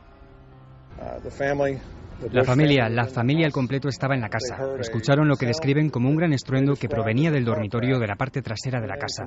Corrieron hasta allí y descubrieron que el suelo de la habitación se había abierto. Una grieta, ¿no?, como aquella película de Simon Piquer, La grieta. Yo estoy recordando esa impotencia, algo parecido, la famosa, por desgracia, ¿no?, muerte de la niña Omaira, ¿no?, en Armero, cuando está dentro de un agujero. Y es un cámara de televisión española el que además registra esas imágenes terribles de la niña hundiéndose poco a poco. Está en unas aguas. Aguas. Sí, eran unas aguas y se había quedado cogida por los pies por todo lo que había debajo. Y por su propia madre, que estaba abajo. Y por su propia madre, que estaba muerta justo debajo de sus pies. Y entonces, imaginaos esos periodistas que están filmando, creo que fue la imagen más recordada de la historia de los 80 en televisión española, y no pueden hacer nada. Yo no sé si hoy con los medios de hoy, pero se dan circunstancias a veces que parecen increíbles. Oye, ¿cómo no sacan ese tipo de ahí? Bueno, pues a veces es que parece imposible, ¿no? Con lo cual la impotencia y el disgusto de la familia tiene que ser increíble. Claro, es que aquí hay una maniobra que tienen que llevar a cabo actualmente, y es, como decíamos antes, derribar la casa. Ya se ha dicho que se va a hacer mañana por la mañana, van a tirar todos los muros de la casa. Pero lo dejan, o sea, no pueden hacer nada por meter un gancho, no sé, algo para sacar a ese hombre que igual está vivo ahora mismo en mitad de la oscuridad. Claro, no lo han escuchado hablar, pero precisamente por eso han metido importantes equipos de micrófonos para intentar captar cualquier voz, cualquier alarido, cualquier cosa. No se ha escuchado nada, y no solo eso, sino que ya han perdido varios equipos que han ido metiendo en ese agujero. Poco a poco se ha ido haciendo más y más hondo, y han sido incapaces de recuperar esos aparatajes que se van perdiendo en ese hoyo. No solo eso, sino que ahora han empezado a surgir las voces de diferentes expertos de la zona. Por ejemplo, Taylor Yarkowski de Brooklyn es un experto en este tipo de pozos que aparecen de repente en medio de la montaña o en medio de esas ciudades que hemos visto en Cuarto Milenio, ¿no? Hace varias temporadas, y él hacía la comparativa de este tipo de agujeros como los agujeros que uno puede encontrar en un trozo de queso, decía, y sus palabras han alarmado bastante a la población, como decía, porque ha dicho textualmente que esto puede ocurrir en cualquier casa, y esto ha dado lugar a que la gente que había sido retirada casi por la fuerza de sus hogares vuelva a entrar para recoger sus pertenencias personales, y algunos estén pensando ya ahora mismo en vender sus hogares. Si quieres, Siker, vamos a escuchar a la periodista que está allí ahora de la BBC contando la última hora y contando cómo se está viviendo el ambiente en esa zona. La familia aún está en el exterior de la casa, permanecen en la calle con los vecinos, observando muy de cerca las labores de rescate. Estaban muy afectados y frustrados esta tarde cuando los miembros de rescate aún no habían encontrado a su familiar, y justo ahora las previsiones no son nada buenas. Esto también nos hace reflexionar, imagino, digo yo, no lo sé, cuando te llega una noticia de este tipo que parece imposible, sobre la futilidad y lo frágil de la vida. O sea, ¿quién va a pensar en su vida? Ese muchacho tendría sus sueños, sus estudios, su trabajo, su pareja, no lo sé, su vida, que de repente se va a quebrar el suelo a tus pies. Pero es que esto ocurre muchas veces. Yo recuerdo, bueno, muchas veces, pero la tragedia y la fatalidad, ¿no? Recuerdo casos de conocidos o de amigos de conocidos. Uno que me impresionó mucho, de un compañero nuestro conocido, que iba a una boda en un taxi, una chica en concreto, y en mitad de Madrid, en un taxi, hay un cruce malo, un golpe con tan mala suerte que, sin que le ocurra nada al taxista, pues ella pierde la vida. Y iba a una boda, una chica joven, en una de las calles normales y habituales de Madrid, o sea, donde no imaginas un golpe, pero la fatalidad. Yo recuerdo también otro caso ¿os acordáis? Sois muy jóvenes, pero del caso del cine Fuencarral, el cine Bilbao, que se cayó una marquesina en Madrid, en la calle Luchana, encima de la gente que estaba esperando la cola del cine. O sea, tú estás esperando con tus hijos. Yo recuerdo que fueron 6 o 9 muertos, no me acuerdo. Pero a mí aquello, recuerdo que hice un artículo en el periódico de la facultad, muy impresionado, porque fue la primera vez en mi vida, yo creo, que pensé lo frágil que es esto y no nos damos cuenta, ¿no? Alguien con el ticket, de la mano con su hijo, el abuelo con él, y se cae la marquesina de piedra y se acabó todo. Entonces, otros casos por un viento en Madrid, recuerdo, porque impresiona mucho que en Madrid, que es algo tan estructurado, ¿no? Pues pase esto, que se cae una marquesina encima, un cartel de publicidad, y mata a una chica sola que está esperando el autobús, creo que en la zona de Moratalaza, aquí en Madrid, y tú dices, esa chica tenía su vida, y ¿cómo alguien va a imaginar que pueda pasar esto? Bueno, pues la vida, la fatalidad, que es algo que no queremos ni aproximarnos, pero que demuestra también el juego, la fluctuación de cosas y de casualidades a las que no damos importancia y que están en movimiento en cada una de nuestras vidas. Lo raro es que no pase más, porque yo siempre lo pienso, y lo raro es que nos estemos librando. ¿Tú te acuerdas de una vez que veníamos, yo creo que para la radio, hacía un viento espantoso y justo cuando pasamos detrás de un árbol se nos cayó una rama enorme que nos podía haber matado. Muy poquito después de que pasara uno de esos accidentes y pensamos, joder, es que nos podía haber pasado a cualquiera de nosotros. Y tú recuerdas el equipo entero de Cuarto Milenio comiendo en Gran Vía, ahí en un sitio cerca donde teníamos gente de la oficina, salir en un sitio absolutamente de tránsito y que se caiga una cornisa con unas piedras impresionantes que nos hubieran matado y que a Gerardo Pelé le hicieron, nuestro jefe de redacción, le hicieron una herida en la cabeza, cayó al lado del... Es decir, rebotaron en el toldo que estaba abierto. Rebotaron en un toldo porque... Vamos a ver, conclusión de todo esto, si era una conclusión positiva. Vivimos tan en el... Aunque no queramos verlo. La vida es una complejidad de elementos interconectados. Y vivimos en el hilo del funambulista. Claro, en esta vida que todo está estructurado, pensamos que mejor no, que eso no va a pasar. Y oyes a la gente diciendo, yo dentro de 4 años me voy a casar y dentro de 5 voy a fundar una empresa. Vivimos en el hilo del funambulista. Por lo tanto, la única enseñanza es, oye, no te angusties en exceso, no pierdas el tiempo con tonterías, no te vayas a las sombras, ¿no? Intenta hacer las cosas bien, porque la vida no sabes tampoco en qué momento, con su extraño manotazo, que a veces ocurre y no sabemos bien por qué, ocurren cosas que parece que tienen que ver con, no sé, con cosas que no entenderemos nunca y que igual tienen una comprensibilidad más allá. Pero esto ocurre, pero claro, es que el caso en concreto de Florida supera todo lo imaginable. Vosotros habláis de la fatalidad puntual. Mañana en Cuarto Milenio contaremos con este caso que me tiene absorto, ¿no? De los Alfaques, julio del 78, 215 muertos por ese camión cisterna con propileno líquido. Se genera una especie de infierno, decían algunos periódicos. Los periódicos de toda Europa hablan de un infierno en Tarragona, es la palabra que más se repite. Bueno, pues ese día, Iker, y lo contaremos mañana también, hay una persona que se salva porque se marcha al pueblo a hacer unas gestiones y deja allí a su mujer. Su mujer fallece en el incendio, en toda aquella tragedia. Él reconoce el cuerpo de su mujer completamente carbonizada entre esa lista de víctimas, ¿no?, aquella noche, y poco después el hombre consigue rehacer su vida, consigue salir adelante, conoce a otra mujer, se casa rápidamente con ella y cuando se cumplen exactamente el primer aniversario de la tragedia de los Alfaques, recuerda también que es el incendio del Hotel Corona de Aragón en Zaragoza. Otra vez la fatalidad quiso que la mujer de este hombre estuviera alojada en ese hotel de Zaragoza y perdiera también la vida carbonizada. Estoy haciendo un gesto ahora, yo que siempre lo he remangado aquí, porque en el calor hace bastante estudio y me estoy tocando el vello del brazo. En el calor hace bastante estudio. ¿Qué he dicho? En el calor hace bastante estudio. Exactamente, me han entendido. Me he tocado aquí el vello del antebrazo diciéndole a Javier, acabas de poner los pelos de punta, porque esto no estaba pensado, como tantas otras cosas en el programa, pero es que la fatalidad es un misterio enorme que nos deja con una sensación de perplejidad y de no comprender, ¿no?, los resortes de la vida, no esperar esas cosas.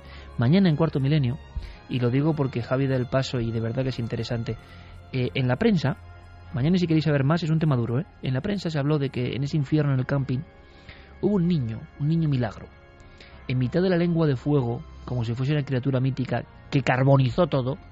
Hay un niño que no sabe lo que ha pasado, un niño de 10 años que yo creo que mira hacia el fuego sin entender nada, un niño que ha llegado a ver una bola de luz, una bola ígnea que está abrasando todo, a su familia, a sus amigos, a sus enseres, a todo lo que conoce, a su mundo. En un segundo, ¡plas!, su mundo se ha carbonizado, pero él está en mitad de todo ese fuego y nadie sabe por qué no le ha afectado. Mañana ese niño milagro que no es leyenda en el plató de Cuarto Milenio. Historias de ese mismo día, cuando un camión cisterna estalla de alguna forma en la carretera. ¿Os imagináis una familia entera en otro edificio? Esa pobre familia cuyos miembros, desde una niña hasta la madre y la madre, limpiaban, se dedicaban a la limpieza. Una discoteca, una humilde discoteca de carretera, y que una pieza del camión entre y mate a todos al mismo tiempo. Es que pasan cosas, el resumen es: pasan cosas increíbles todos los días. Y de lo único que puede sacarse algo positivo es valora tu vida, ¿no? Valora tu vida. No la malgastes con idioteces, ¿no? Valora tu vida porque nos la dan como un regalo y no sabemos nunca, y es la verdad, cuándo ese regalo va a ser desenvuelto, ¿no? Es un regalo importante y hay que conservarlo. Por cierto, otro regalo es saber que en la telepatía se avanza hay logros, dicen, aseguran, esta semana también, siempre actualidad en Milenio 3. ¿Qué ha pasado? Pues sí, un equipo de científicos ha logrado que 2 ratas se comuniquen. Las ratas, además, estaban una en la Universidad de Duke, en Carolina del Norte, y otra en el Centro de Neurociencia de Natal, en Brasil. Tú fíjate la distancia que hay. Bueno, pues a las 2 ratas, a ambas... Estaban separadas en esa distancia de miles de kilómetros. Sí. A una de las ratas, la que está en América, por decirlo así, se les ha enseñado a pulsar una tecla cuando se enciende una luz y entonces recibe un poco de agua. Su actividad cerebral, que tenía una especie de microchips en el cerebro, al igual que la otra, es grabada por medio de esos electrodos que les implantan, además en un área muy específica, área que procesa la información táctil. Y entonces, después de grabar ese acto, ese pensamiento que ha tenido la rata americana, se lo implantan a la rata de Brasil. Y la rata de Brasil... Norteamérica y Sudamérica, para entendernos. Exactamente. Y la rata brasileña lo que hace es el mismo acto. Lo repiten en 10 ocasiones y 7 de esas ocasiones acierta, con lo cual dicen que la telepatía es efectiva. Experimento Brasil y Norteamérica, 2 ratas y transmisión del pensamiento. Ojalá no acabe en un bluff, ojalá esto no el vídeo además se demuestra, se ve perfectamente cómo están grabando a las 2 ratas en el mismo momento, en el mismo segundo, y cómo se transmite la información y cómo ellas dan con al personal botoncito. Científico. Sí, personal científico. Bueno, pues estoy hablando de la Universidad de Duke, en Carolina del Norte. Hombre, la Universidad de Duke, que es la primera que investigó el fenómeno paranormal en el mundo. Y el Centro de Neurociencias de Natal, en Brasil. Bueno, la Universidad de Duke, que es la primera universidad del mundo con Joseph Virine, que investiga la telepatía. Qué curioso, seguiremos investigando, esto es interesantísimo. Vamos ahora, bueno, hoy sí que ha habido un créalo, ¿no? Contamos esto del tipo que estaba dormido y aparece un abismo y se lo lleva y no lo hubiese dicho falso. Eso lo decían en el Twitter. Dice, me llega a decir Diego Marañón, un tío que se lo traga a la tierra, y digo, historia falsa. Diego Marañón, vamos para allá.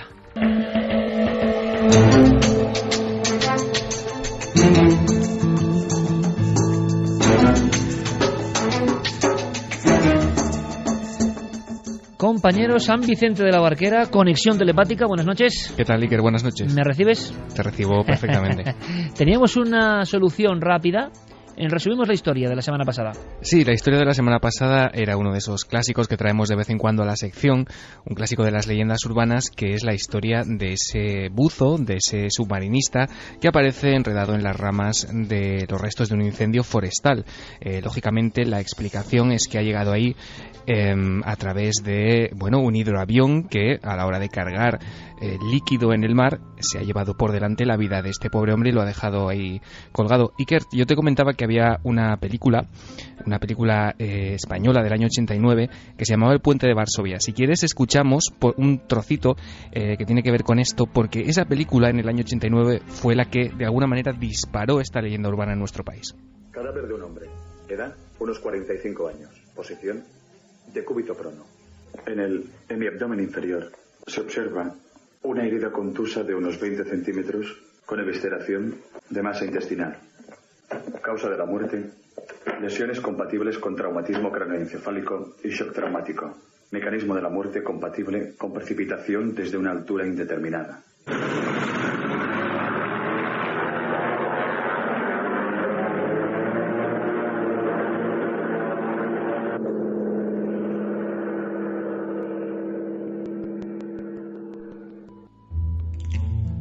Un accidente extraño, demasiado extraño.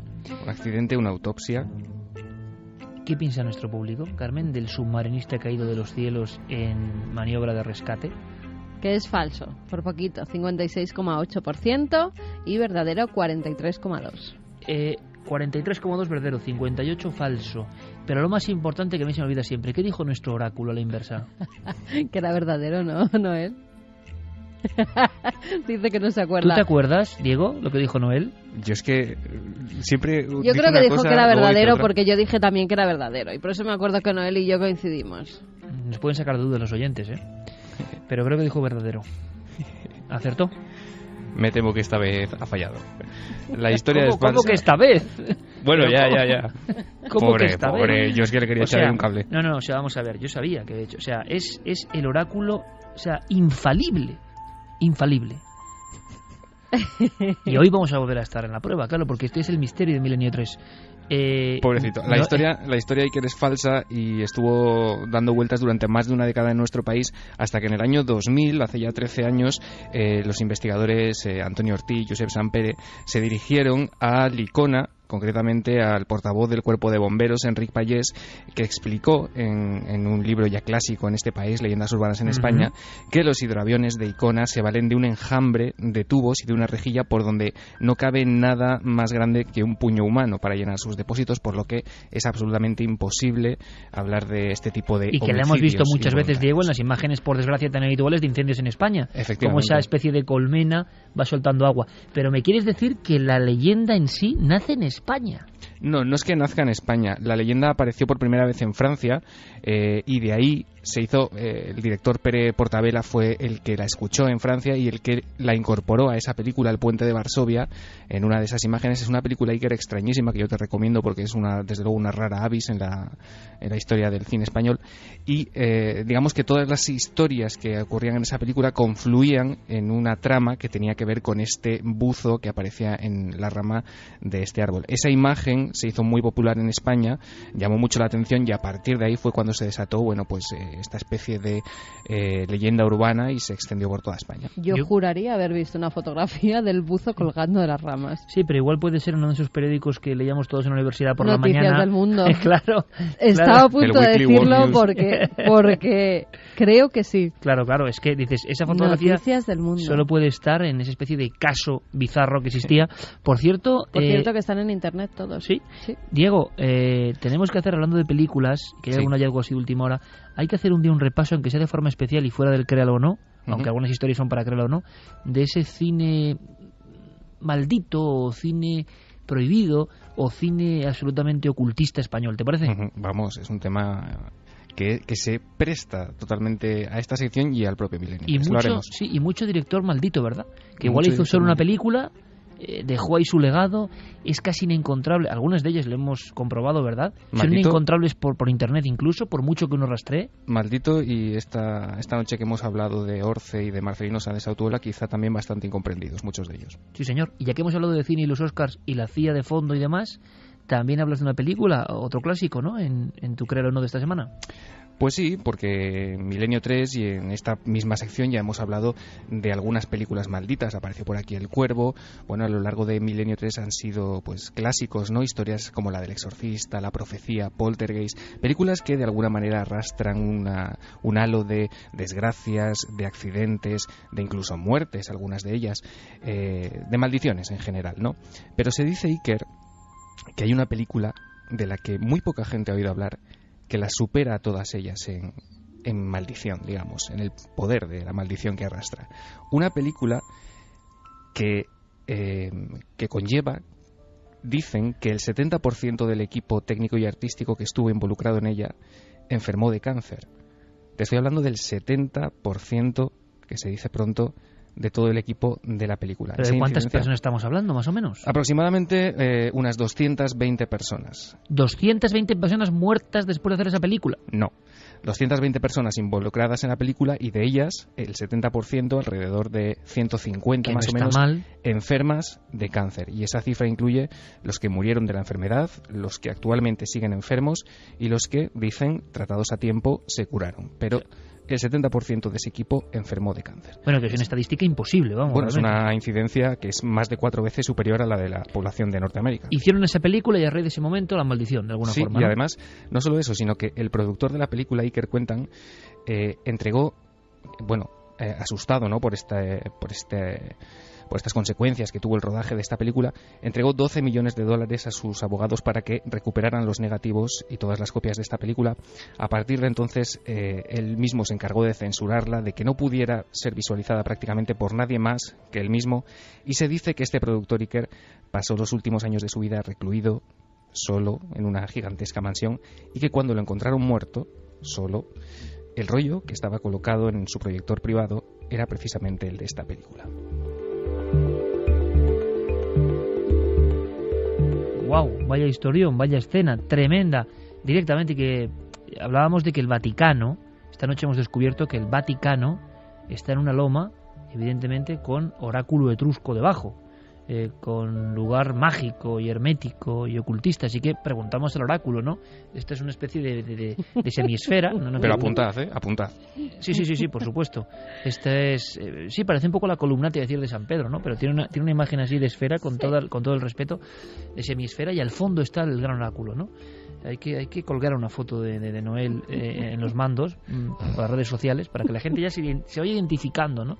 Con nuestro personaje digno de un créalo o no, mago de los sonidos. Oráculo. Falsa, por supuesto, falsa. Absolutamente falsa. Claro, esto va a condicionar el voto. Es que ya, o sea, si Noel Calero dice falso, además lo he dicho, a mí me gusta mucho dice porque falso, yo digo verdadero. No, porque es que no duda. O sea, Noel no es que piense, reflexione, ¿no? Él es a bocajarro, o sea, como cuando pone las músicas, no me avisa y ¡pum! Lanza ahí un mortero musical, ¿no? Pues ahora dice que falso, no tiene la menor duda. Lleva muchos años en Milenio 3. Sabe ya de sobra cuando una historia tiene elementos para decir falso o verdadero. Falso. Que quede grabado, por favor. Me lo voy a apuntar yo aquí. 1353, oráculo etrusco del siglo XXI, falso.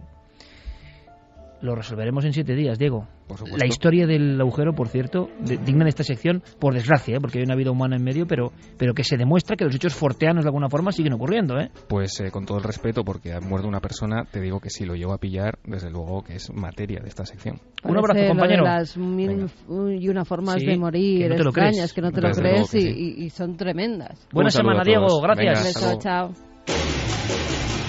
Más en Tarragón, un poco rápido el alcalde, ¿no? Sí, hasta que consigan tirar toda Vamos a dar la bienvenida a un nuevo milenario. Encontraste, Nos lo ¿no? pide Jennifer, un nuevo milenario que se llama Marco, que es su segundo hijo, que ahora los dos escuchan el programa pues mientras le toca la toma de la noche, que le gustó mucho lo de vida tóxica y que iba a reutilizar los biberones de su primer hijo, de Daniel, pero como son de 2011, que por si acaso ha decidido tirarlos todos y quedarse únicamente con uno de cristal. Toda precaución es poca. La salud de nuestros hijos.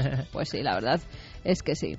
Nos mandaban también la foto de la tumba del perrito que hablábamos la semana pasada, que se había ido ya al cielo de los perros, y que bueno, le han puesto una plaquita en su caseta donde dice que se le recuerda a ese pastor alemán. Bueno, terminamos con historias más amables y con esos milenarios que se incorporan. Ha sido un honor, como siempre, hablar para toda esta maravillosa audiencia. Fermín Agustino, El Calero, Oráculo, gracias. Javier, mañana nos vemos con esa historia increíble, con ese niño milagro que perdió todo, pero que, cuidado, nos va a enseñar también la fuerza de la mente, cómo alguien supera eso, perder a su familia, a sus amigos, a todo, con una lengua de fuego que llega, ¿no? Pues lo aprenderemos mañana y muchas más cosas, porque Javier Pérez Campos tiene un pelotazo, una gran exclusiva. Mañana no solo es Noche en el Prado, sino también eso y mucho más. Gracias, Javi. Mañana nos vemos, Iker. Claro que sí. Mañana nos vemos. Sí, yo creo que sí, por ahí estaré. Y lo del Prado, a ver cómo queda y a ver cómo disfrutamos y a ver si, sobre todo vosotros, amigos oyentes, paséis una muy feliz semana. Un fuerte abrazo.